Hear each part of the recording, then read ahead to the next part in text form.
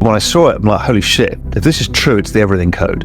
Back in June, in the peak of the Three Arrows Capital Luna debacle, I stuck my hand up and said, listen, I think it's time to buy ETH.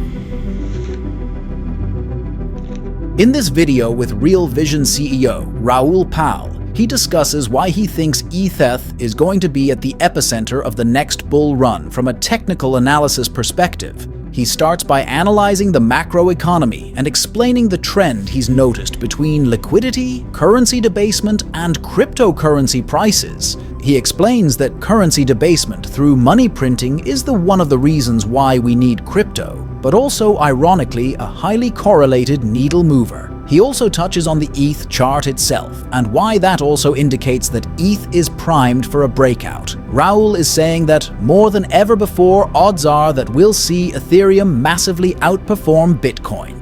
Let's jump right in.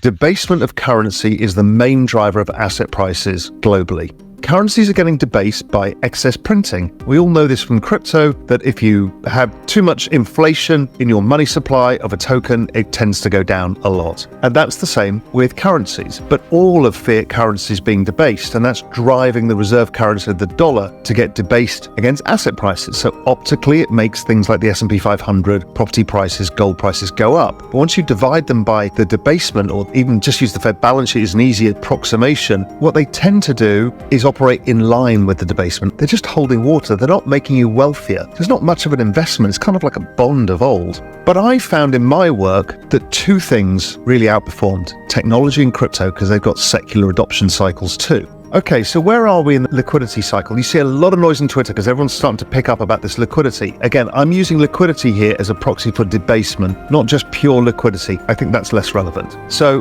the GMI Weekly Liquidity Index, year on year, bottomed exactly when ETH bottomed in June. That was the first signal to me that something has changed. So that got me focused on buying ETH. Then we saw the non-confirmation of ETH when Bitcoin bottomed in November. If you remember, it started with the Bank of Japan. They started printing money to buy JGBs in a process called yield curve control, expanding their balance sheet significantly. That was then followed by the Bank of England, who expanded their balance sheet to try and bail out some of the pension system and also kind of stop their bond market getting out of control. The Chinese have been slowly debasing their own currency by a slow crawl of debasement. And then we saw the US come in March when they had to quickly inject money into the banks, which they've been drawing out again.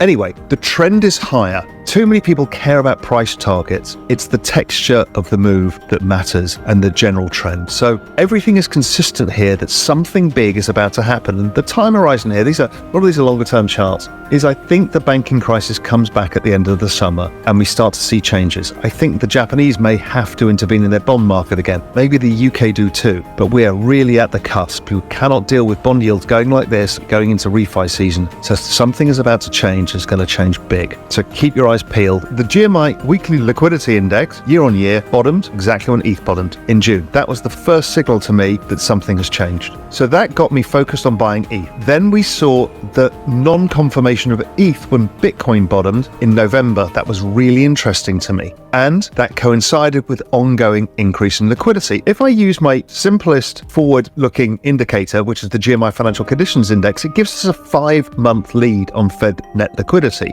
year on year. And it says liquidity goes up till the end of the year. Okay, if liquidity is going up to the end of the year, it generally means crypto prices are going to go up till the end of the year because I've shown the relationship between the two. There's in fact an 87.5% correlation between global liquidity index, not the Fed net liquidity, the global liquidity index, and Bitcoin. The reason it's only 87% and not higher like the Nasdaq, which is 97%, is because Bitcoin completely diverges so much in bull markets. That's the outperformance and the boom bust phase. Anyway, Fed net liquidity is going up. Global liquidity is going up. We can look out 5 months, but right now it tells us liquidity goes up. Now, liquidity also does something interesting. In all financial markets, after a period of contraction, when liquidity comes in, it goes first into the highest quality assets, and then eventually, once the trend is established, it goes out much further down the risk curve.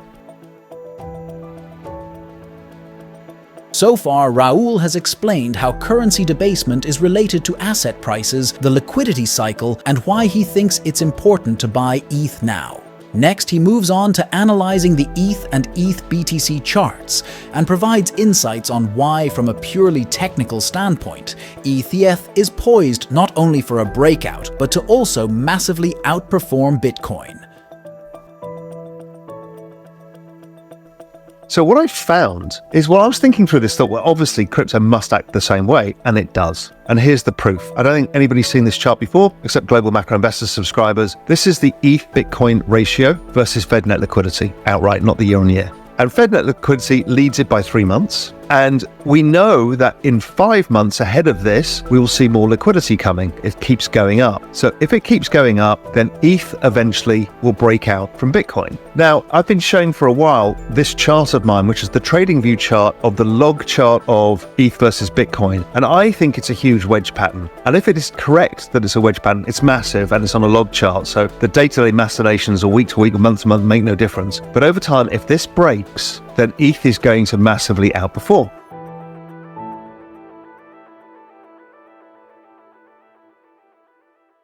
As we approach the bull run, it seems more and more likely that ETH will be the epicenter of this run, as opposed to Bitcoin. Crypto fixes a lot of the problems of the old world, but Bitcoin by itself isn't exactly user-friendly due to extremely high fees and slow block times. ETH and its L2s provide a viable alternative. The on-chain activity is enormous, and overall ETH is doing a lot more for crypto at the moment. Raoul's technical analysis of the global liquidity trend and the ETH BTC trend only crystallizes what many already suspect. ETH is coming after Bitcoin's market dominance and will moonshot in the process. But what do you think? How well do you think ETH will do, and will it finally flip Bitcoin? To see the latest in crypto news, watch this video here.